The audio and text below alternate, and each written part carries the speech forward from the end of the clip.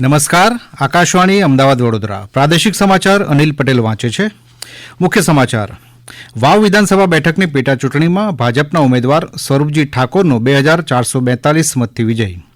પ્રધાનમંત્રી નરેન્દ્ર મોદી આજે સવારે 11 વાગે આકાશવાણી પરથી પ્રસારિત થનાર મન કી બાત કાર્યક્રમમાં વિવિધ વિષયો પર પોતાના વિચારો રજૂ કરશે.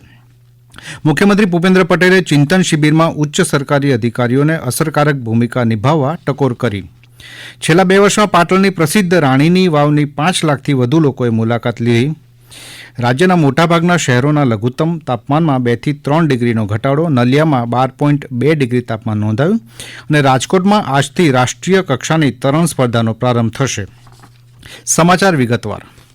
વાવ વિધાનસભા બેઠકની પેટા ચૂંટણીમાં ભાજપના ઉમેદવાર સ્વરૂપજી ઠાકોરનો 2442 મતથી વિજય થયો છે.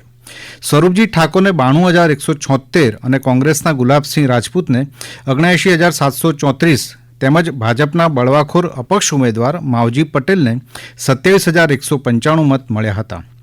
ગઈકાલે પાલનપુરની જગાણા સ્થિત સરકારી ઇજનેર કોલેજ ખાતે મતગણતરી હાથ ધરાઈ હતી, જેમાં 20 રાઉન્ડ સુધી આગળ રહેલા કોંગ્રેસના ગુલાબસિંહ રાજપૂતને પછાડીને છેલ્લા 3 રાઉન્ડમાં લીડ કાપીને ભાજપના સ્વરૂપજી ઠાકોરે પાતળી સરસાઈથી વિજય મેળવ્યો હતો.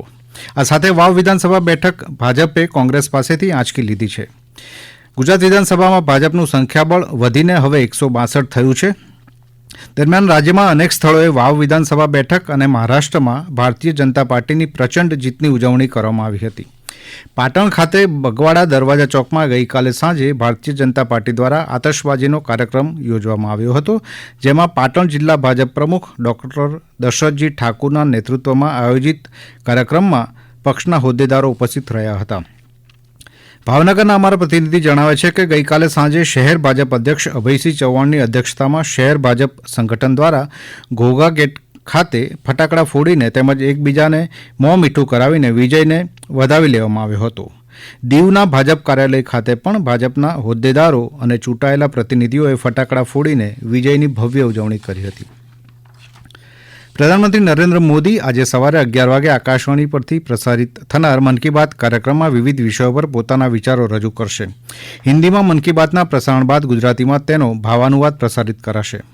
આજે રાત્રે 8 વાગે રાજ્યના તમામ આકાશવાણી કેન્દ્રો પરથી મન કી બાત કાર્યક્રમના ગુજરાતી ભાવાનુવાદનું પુનઃ પ્રસારણ કરાશે. આ કાર્યક્રમ આકાશવાણીના તમામ નેટવર્ક, AIR ન્યૂઝ વેબસાઇટ અને news on air mobile app પર પણ પ્રસારિત કરાશે. આકાશવાણી સમાચાર, દૂરદર્શન સમાચાર, પ્રધાનમંત્રી કાર્યાલય તેમજ માહિતી અને પ્રસારણ મંત્રાલયની યુટ્યુબ ચેનલ પરથી પણ મન કી બાત કાર્યક્રમનું જીવંત પ્રસારણ થશે. મુખ્યમંત્રી ભૂપેન્દ્ર પટેલે રાજ્યના વહીવટી તંત્રના તમામ ઉચ્ચ અધિકારીઓને ટકોર કરી હતી કે સરકારી તંત્રએ એવી ભૂમિકા ભજવવી જોઈએ કે ખોટું કરનારના મનમાં તંત્રની બીક રહે. ગઈકાલે સોમનાથમાં ચિંતન શિબિરના સમાપનમાં મુખ્યમંત્રીએ તાજેતરમાં રાજ્યમાં બનેલા બનાવોને ધ્યાનમાં લઈને અધિકારીઓને જણાવ્યું હતું કે સમાજમાં અનેક પ્રકારની ઘટનાઓ બનતી હોય છે, ત્યારે કોઈપણ ઘટના બની ગયા પછી તેને તાત્કાલિક સુધારવાનો અને ભવિષ્યમાં એવી કોઈ ભૂલ ન થાય તેવો અભિગમ કેળવવો જોઈએ. દરમિયાન રાજ્ય સરકારે ટેકનોલોજીના વ્યાપક ઉપયોગથી વહીવટી સુધારણા અને જનહિતકારી યોજનાઓના અમલમાં વધુ ગતિ લાવવા AI ટાસ્ક ફોર્સ કૃત્રિમ બુદ્ધિમત્તા આધારિત કાર્યદળની રચના કરવાનો નિર્ણય લીધો છે. મુખ્યમંત્રીએ ગઈકાલે સોમનાથ ખાતે ચિંતન શિબિરના કાયમી લોગોનું ડિજિટલ અનાવરણ પણ કર્યું હતું. તેમણે સરકારના અધિકારીઓને જન ફરિયાદ નિવારણ ક્ષેત્રમાં AIનો ઉપયોગ સઘન બનાવવા અનુરોધ કર્યો હતો. નાના ભૂલકાઓના સર્વાંગી વિકાસ થાય તે માટે સરકારે રાજ્યભરમાં આંગણવાડી કેન્દ્રોની શરૂઆત કરી છે, જેમાં બાળકોને પૌષ્ટિક આહારની સાથે શિક્ષણનું પાયાનું જ્ઞાન આપવામાં આવી રહ્યું છે. સરકાર દ્વારા ડ્રોપઆઉટ રેશિયો ઘટે તેના ભાગરૂપે બાળકો માટે શાળાઓમાં વિવિધ પ્રવૃત્તિ કરવામાં આવી રહી છે. સ્માર્ટ આંગણવાડી પણ તેનો જ એક ભાગ છે. વ્યારાની આંગણવાડીની સુવિધા અંગે આંગણવાડી કાર્યકર રેણુબેન ગામિતે આ મુજબ જણાવ્યું. મારું નામ રેણુબેન વસંતભાઈ ગામિત, હું વર્કર બહેન છું. અમારી આંગણવાડીનું નામ છે ફડકે નિવાસ વ્યારા 6. અમારી આંગણવાડી સ્માર્ટ આંગણવાડી છે. એમાં બધી સુવિધા છે, જેમ કે સ્વચ્છ પાણી, બાળકોના રમત ગમતના સાધનો અને બધી જ સુવિધા કરવામાં આવી છે, જેથી અમારી આંગણવાડી સ્માર્ટ આંગણવાડી તરીકે ઓળખાય છે. અમારે સવારમાં મેનુ પ્રમાણે નાસ્તો આપવામાં છે. ગરમ નાસ્તામાં મેનુ પ્રમાણે સોમવારથી શનિવારનો અઠવાડિયા પ્રમાણેનો નાસ્તો હોય છે અને સોમવાર અને ગુરુવારે ફ્રૂટ આપવામાં આવે છે. બપોર પછી ગરમ ભોજન આપવામાં આવે છે.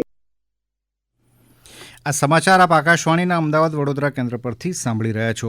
આ સમાચાર આપ અમારી YouTube channel AIR news Gujarat પર પણ સાંભળી શકશો. વધુ સમાચાર માટે આપ અમારા એક્સ હેન્ડલ AIR_ABAD ને ફોલો કરી શકો છો.